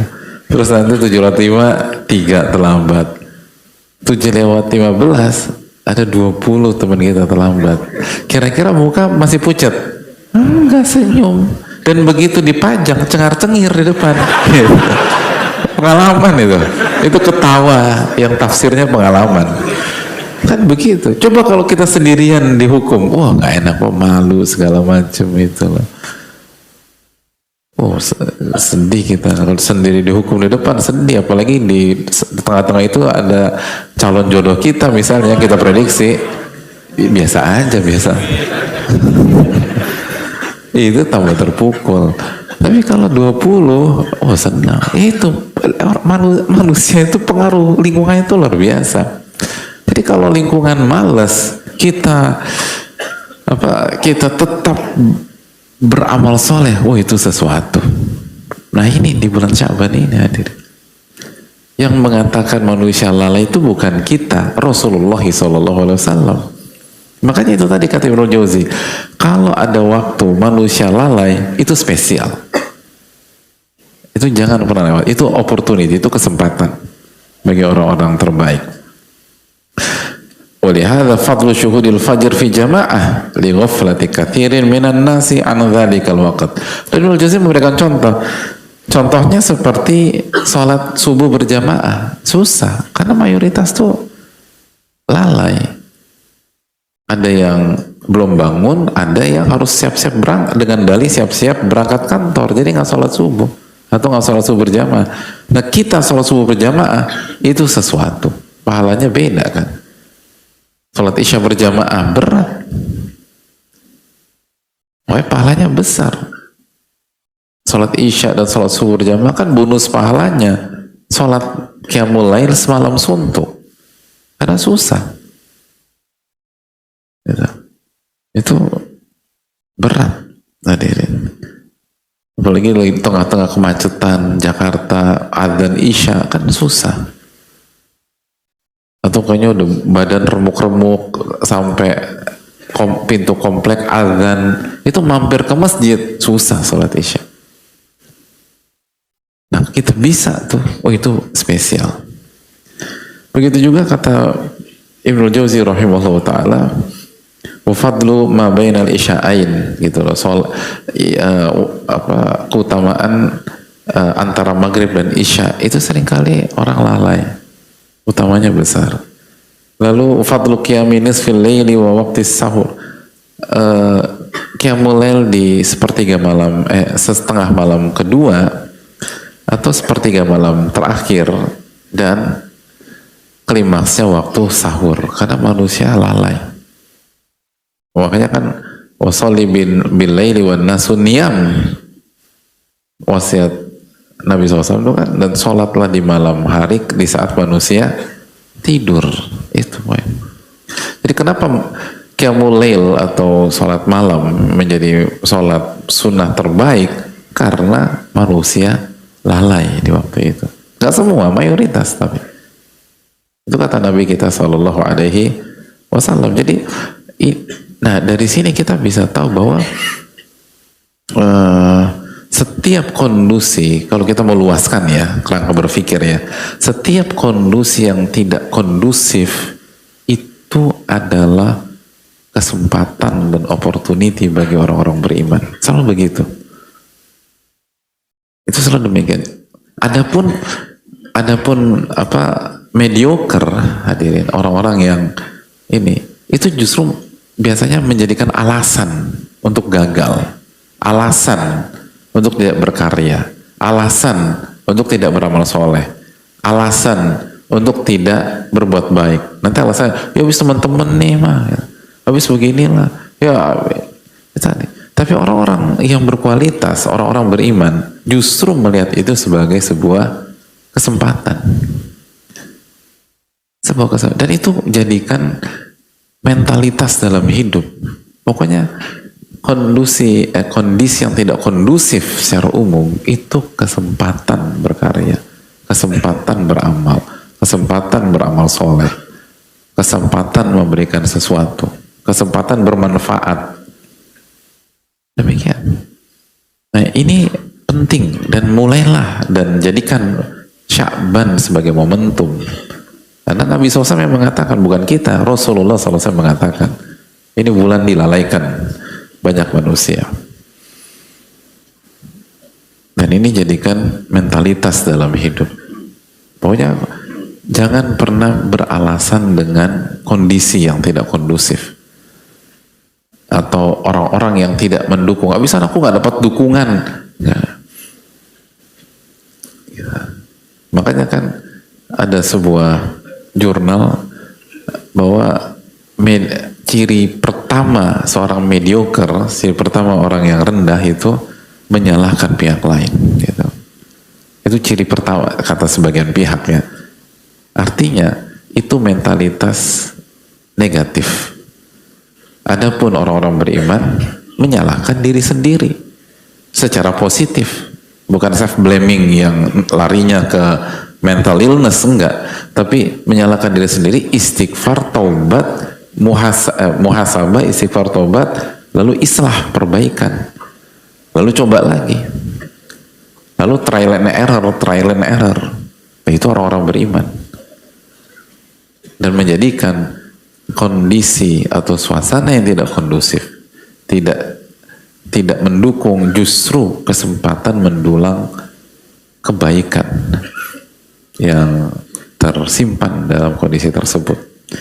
Wallahu ta'ala alam bisawab. Jadi mumpung kita berada di awal Sya'ban, maksimalkan bulan ini sebaik-baiknya dan jangan sampai lalai di tengah-tengah kelalaian. Tapi kita harus berusaha justru tampil dengan keikhlasan, dengan niat karena Allah Subhanahu Wa Taala untuk mendapatkan itu. Dan itu kan kata Nabi Usama bin Zaid kan nanya, kenapa sih engkau sangat semangat puasa sunnah ya Rasulullah SAW? Saya nggak pernah melihat engkau berpuasa sunnah seperti di bulan Sya'ban, karena bulan ini dilalaikan. Lihat contoh Nabi SAW. Jadi Nabi SAW memberikan contoh keteladanan kepada kita bahwa orang-orang beriman di tengah-tengah kelalaian itu harus tampil beda, harus tampil produktif, harus tampil dengan karya, harus tampil dengan amal soleh, harus tampil dengan ibadah. Dan beliau mencontohkan Sallallahu Alaihi Wasallam. Sama kayak misal dalam kondisi yang tidak kondusif, misal kita merasa, misal banyak orang merasa kondisi ekonomi sedang tidak kondusif pada saat ini. Jangan salahkan orang. Jadikan ini opportunity, kesempatan. Berpikir keras, berpikir kreatif. kreativitas itu lahir di tengah-tengah keterbatasan, bukan di tengah-tengah kenyamanan, gitu. Di tengah-tengah keterpurukan, di tengah-tengah kesulitan. Makanya kan idza dhaqal amru ittasa' wa idza tasa'a dhaqa. Itu kan bisa, kaidah itu bisa dipahami secara kasuistik fikih dan bisa kita luaskan. Sesuatu itu kalau sempit itu justru meluas. Kalau meluas sempit gitu loh. Jadi itu poin. Itu kaidah fikih yang biasa contoh-contohnya kasuistik fikih. Tapi kalau kita bicara lebih global lagi, karena ini ilmu kehidupan hadirin. Makanya kan kalau dalam ilmu fikih ya, maksud kaidah tadi, pernah dengar nggak kaidah tadi? Jadi sesuatu itu kalau sempit meluas, kalau meluas sempit. Contoh misalnya dalam kondisi darurat, yang darurat nggak ada makanan segala macam bla bla bla. Makan misalnya babi tetap haram atau bisa boleh pada saat itu? Boleh kalau nggak ada makanan lain. Kenapa? Darurat. Jadi ketika sempit jadi meluas, yang awalnya nggak boleh jadi boleh, asal jangan nambah melebihi porsi gitu loh, melebihi porsi, apalagi take away atau kayak bungkus 3 nih, ya itu bukan kondisi darurat gitu.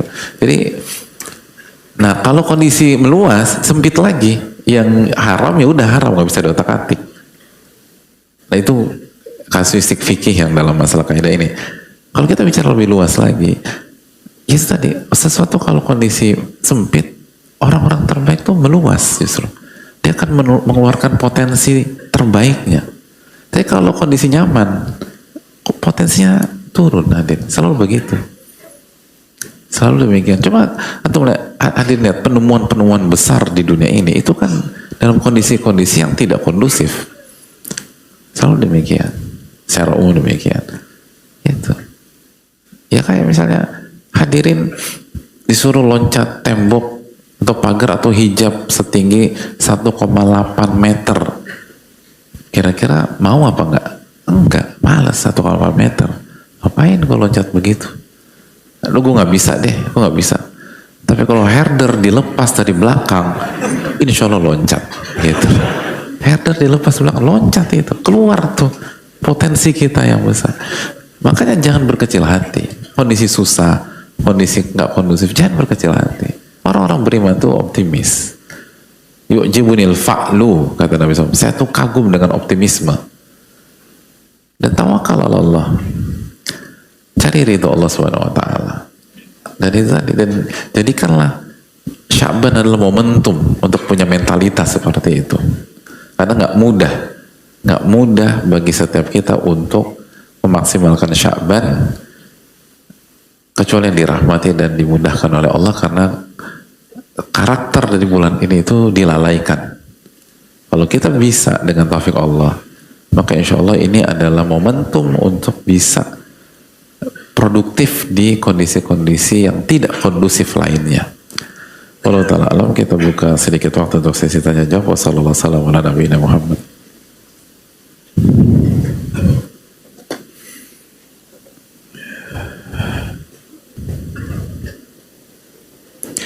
Assalamualaikum Ustaz. Waalaikumsalam warahmatullahi wabarakatuh.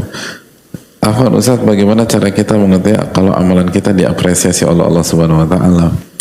Terima kasih atas pertanyaannya. Yang pertama, sekali lagi saya ingatkan, jangan lupa mendoakan ulama-ulama kita.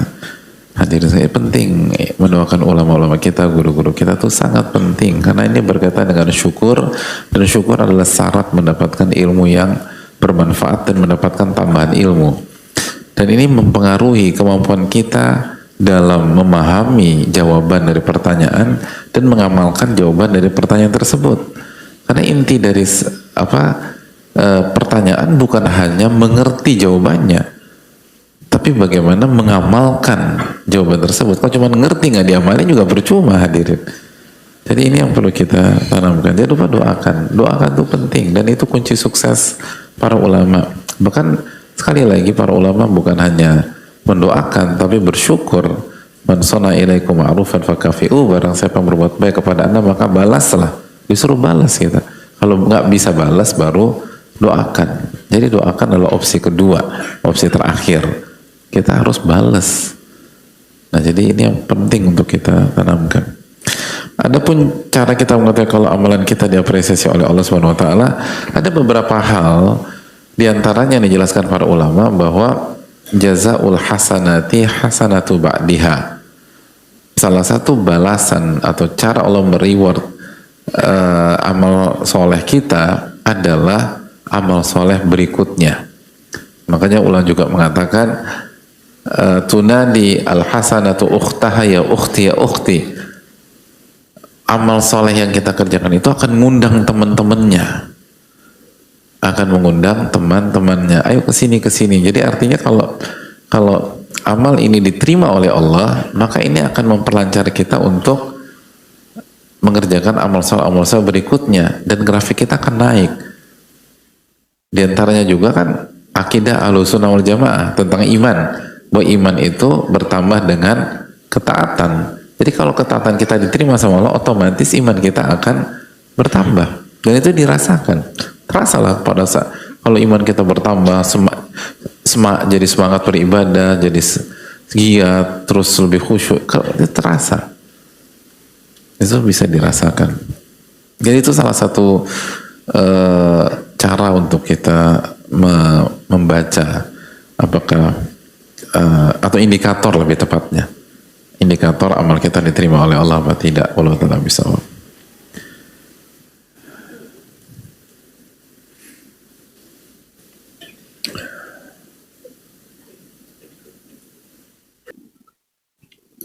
Assalamualaikum warahmatullahi wabarakatuh. Waalaikumsalam warahmatullahi wabarakatuh. Semoga Allah merahmati Imam Ibnu Jamaah, Ustadz, keluarga panitia dan seluruh jamaah yang hadir. Amin ya rabbal alamin wa iyyakum. Saya izin bertanya Ustadz, alhamdulillah saya sudah ada rezeki yang cukup untuk melaksanakan ibadah umrah bersama keluarga. Namun saya tidak memiliki jumlah cuti yang cukup untuk melakukan safar 9 hari tempat kerja saya. Bagaimana solusi terbaiknya ya Ustadz? Jazakallahu khairan. Wassalamualaikum warahmatullahi wabarakatuh. Wa iyyakum. Wassalamualaikum warahmatullahi wabarakatuh. Ya simple, safarnya 8 hari. Kan itu. Kita nggak punya cuti untuk 9 hari. Ya udah umrah yang 8 hari aja. Atau 7 hari. Atau 6 hari. Itu salah satu opsi yang bisa dipilih. Kata kedua bicara baik-baik lah gitu sama bos kita dan atasan kita. Dan secara umum kan didukung lah secara umum untuk umroh, apalagi haji ya. Tapi coba bicara dan banyak doa sama Allah Subhanahu Wa Taala, minta tolong sama Allah agar Allah mudahkan dan seterusnya. Dan juga ini juga penting, tapi ini kita bicara long term ya. Kalau kita ingin punya bargaining position di perusahaan atau nilai tawar, kita harus punya kualitas, hadirin, gitu. Harus punya kualitas, punya etos kerja yang kuat, work ethic yang bagus, lalu prestasi kita juga oke, gitu loh. Sehingga hal-hal kayak gini itu dimudahkan. Karena kalau seorang pegawai atau seseorang punya kualitas yang bagus, maka perusahaan juga akan mempertimbangkan untuk memberikan reward lebih atau sesuatu yang lebih bagi kita. Tapi kalau kita sama-sama aja agak berat, dan itulah yang harus dilakukan muslim. Seorang muslim kan innallaha yuhibbu idza amila ahadukum amalan an yutqina. Allah itu mencintai kalau seseorang mengerjakan sesuatu itu dia totalitas. Itu bagus gitu kinerjanya. Jadi itu salah satunya. Karena saya tahu beberapa pihak yang kinerjanya bagus-bagus di kantor, insya Allah dipermudah sama Allah untuk hal-hal seperti ini. Dipermudah oleh Allah Subhanahu Wa Taala. Tapi memang jago orangnya. Kan selalu demikian. Tapi kalau kita nggak ada prestasi, terus kita ya biasa-biasa aja dan seterusnya, memang akan sulit gitu loh. Jadi cobalah kita perbaiki kualitas hidup kita, bukan hanya bukan hanya akhirat, tapi dunia akhirat. Karena kan ini loh, teladan kita Rasulullah SAW dan para sahabat Nabi SAW. Begitu hijrah atau begitu menjalankan atau mendapatkan hidayah, bertaubat, lalu menjalankan sunnah Rasulullah SAW, itu kan yang berhasil bukan hanya akhiratnya aja. Dunia mereka tuh berhasil dan luar biasa keberhasilannya. Dulu kan nggak dianggap mereka di percaturan dunia, tiba-tiba bisa berhadapan dengan Romawi, berhadapan dengan Persia, itu kan luar biasa. Jadi sekali lagi kalau kita ingin dapat halal demikian, harus berkualitas, dan itu syiar, itu dakwah secara tidak langsung. Jadi orang-orang yang soleh, orang-orang bertakwa itu work ethicnya tuh bagus-bagus, kualitasnya tuh bagus, penguasaan kerjanya tuh oke, gitu. Kenapa? Karena kalau yang lain orientasinya uang, kita orientasinya cinta Allah. Karena Nabi SAW mengatakan, Innallaha yuhibbu idza amila ahadukum amalan yutqina. Allah tuh mencintai orang yang kalau mengerjakan sesuatu itqan. Itqan itu totalitas di level yang sangat bagus, sangat berkualitas. Itu Allah mencintai itu. Jadi sangat dan kalau kualitas bagus ya enak. Coba lihat, itu kan ilmu kehidupan dimanapun. Kalau seseorang punya prestasi di kantornya berkualitas dan sangat berkualitas, maka dia akan dapat sisi-sisi itu. Jadi cobalah hadirin sekalian untuk memperbaiki secara jangka panjang gitu loh. Insya Allah diberikan. Bahkan saya tahu ada orang yang jangankan minta cuti, mundurin diri nggak dikasih. Jangankan minta cuti 9 hari, beliau mundurin diri nggak dikasih sama bosnya. Nggak dikasih. Kenapa? Jago orang ini. Nyari orang jago tuh susah, hadirin. Nyari orang jago susah. Kan hidup tuh kan ironinya selalu begini. Kalau kendala banyak pihak tuh apa sih? Kendala banyak pihak adalah mendapatkan pekerjaan, ya nggak sih? Kan banyak orang mencari pekerjaan itu susah, benar nggak? Ya. Coba itu, dan itu fakta. Tapi coba kita lihat di sisi lain. Coba tanya orang-orang yang punya perusahaan atau punya UMKM dan lain sebagainya. Apa salah satu kendala terbesar pada hari ini? Lagi susah nyari pegawai, sama. Jadi yang satu susah dapat kerjaan, yang di sisi lain susah nyari pegawai. Apa yang dimaksud susah cari pegawai? Yang berkualitas, yang cocok, yang punya mutu, semua demikian. Itu ironinya dunia. Jadi sama-sama harusnya kan cocok tuh, ternyata enggak gitu loh. Jadi kalau kita punya kualitas, oke. Saya punya teman yang cukup sering berdiskusi dan bicara. Beliau itu driver pribadi, hadirin sekalian. Dan suka kenalnya karena beliau ikut kajian di hari Ahad waktu itu. Saya ada kajian hari Ahad. Beliau berapa waktu kemudian jarang kelihatan. Nggak sampai beberapa kajian berlalu, akhirnya ketemu lagi. Terus saya tanya, kok nggak jarang kelihatan sekarang? Beliau katakan sekarang sama bos harus suruh masuk hari Ahad gitu, kata beliau. Loh, akadnya gimana? Ya akadnya sih Ahad libur. Terus Anda nyaman nggak? Ya enggak lah, karena waktu buat keluarganya jadi hilang, waktu buat pengajian jadi hilang, dan seterusnya. Terus saya bilang, ya udah bicara baik-baik aja sama bosnya, kembali ke akad bahwa hari Ahad saya libur. Terus ketika saya sampaikan itu, beliau sampaikan bahwa artinya intinya beliau agak khawatir, nggak berani, karena khawatir itu tadi dibebas tugaskan atau dipecat dan lain sebagainya, atau marah. Saya bilang enggak gitu loh. Ya tapi kan cari kerja susah, tapi cari driver yang jago juga susah gitu. Jangan lihat dari satu sisi hidup lihat dari sisi yang lain. Saya boleh apa? Saya kasih masukan. Cari driver dengan spek kayak Anda tuh susah. Yang pertama, saya nanya sama dia, tugas tugas Anda apa sih? Sudah sampai titik jemput anak yang kecil ke sekolah nggak? Iya, itu salah tugas saya. Udah jelas susah.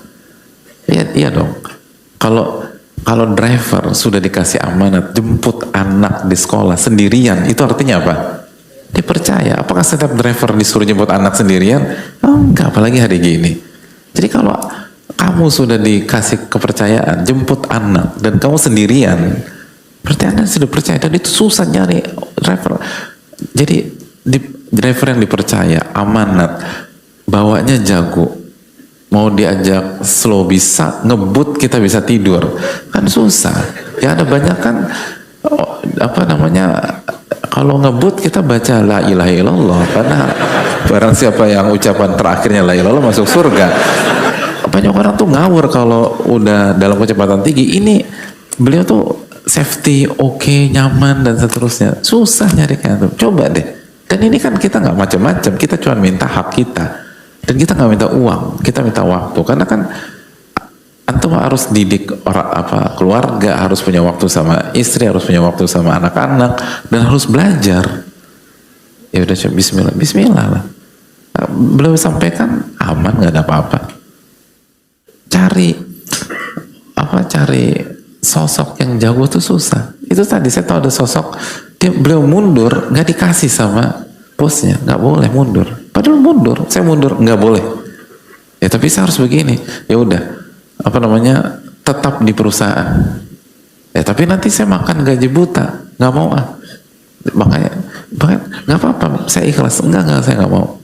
Ya udah, akhirnya ya udah, urusan Anda. Kapanpun Anda mau balik ke perusahaan, saya siap, atau kita buka pintu. Begitu selesai urusannya, balik lagi, terima. Berkualitas, hadirin. Kalau orang punya kualitas, hidup akan lebih dimudahkan oleh Allah Subhanahu Wa Taala. Punya kualitas lah. Itu harus memacu kita. Bismillah bisa, bismillah bisa. Dan orang-orang kayak gitu tuh nggak suka-suka, hormatin. Itu tadi dibilang bosnya, ya udah, apa namanya, urusan Anda tetap jadi bagian dari perusahaan kita. Nggak mau, karena nggak mau makan gaji buta, takut zolim, takut makan harta haram. Ternyata orang-orang berkualitas. Apakah Allah tinggalkan? Enggak, pintu dibuka sama Allah SWT. Jadi disitulah pentingnya kita hijrah. Hijrah itu benar-benar ngebuang, bukan hanya mengganti penampilan, tapi mengganti keyakinan yang dulunya kita yakin sama makhluk, jadi yakinnya sama Allah Subhanahu Wa Taala. Lalu mengganti pola hidup gitu loh, ganti mentalitas. Dulu malas, sekarang semangat. Dulu suka-suka, sekarang rajin. Dulu nggak disiplin, sekarang disiplin. Sehingga komprehensif gitu loh. Udkhulu fi silmi kafah, kata Allah. Masuklah ke dalam Islam secara totalitas, secara utuh. Itu yang perlu kita camkan. Waktu sudah habis. Semoga Allah memberikan taufik kepada kita. Subhanallah wa bihamdihi, la ilaha illa anta, astaghfiruka wa atubu ilaik. Assalamualaikum warahmatullahi wabarakatuh. Syukran.